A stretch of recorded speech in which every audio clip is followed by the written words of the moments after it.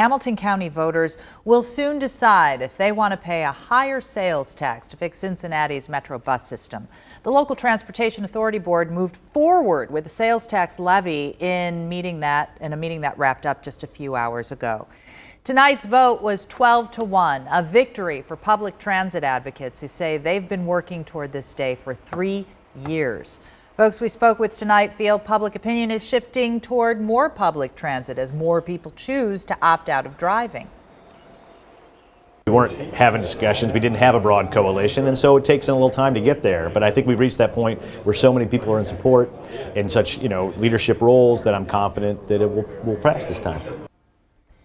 Back from tonight's meeting and joining us now is Pat LaFleur to help us break all of this down. So the big question is, what comes next, Pat? Sure. So the next thing we need to see is coming up in about a month or so, we'll start to see some ballot language, what voters will actually see when they're looking at their ballots, either in March or November of next year.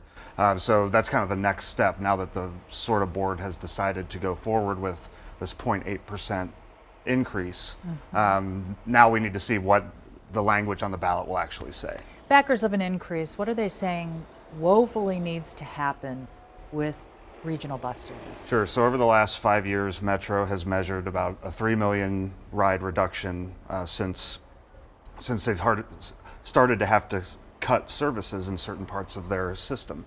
So frequent ridership, having schedules that expand longer in the hours of the day, reaching different destinations. So really just expanding the service that's happening right now so it can reach more people and more jobs is the idea.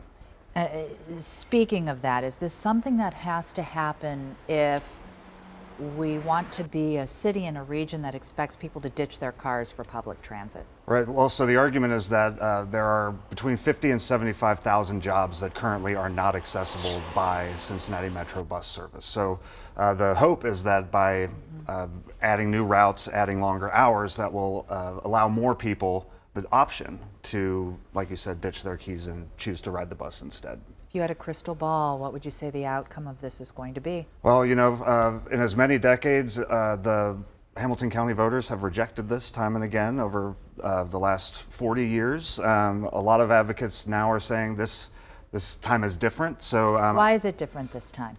So the city and the county really pulled out all the stops as far as finding a way to package this so that leaders across the board could get their support behind it. And that included including projects like road improvements, bridge improvements, as well as the public transit funding piece. So they're hoping that road repair or bridge repair projects might help kind of convince some who are a little more skeptical. All right, I know that you're going to keep your eye on this situation. Pat LaFleur, thank you for your expert input on this. Thank you for having me.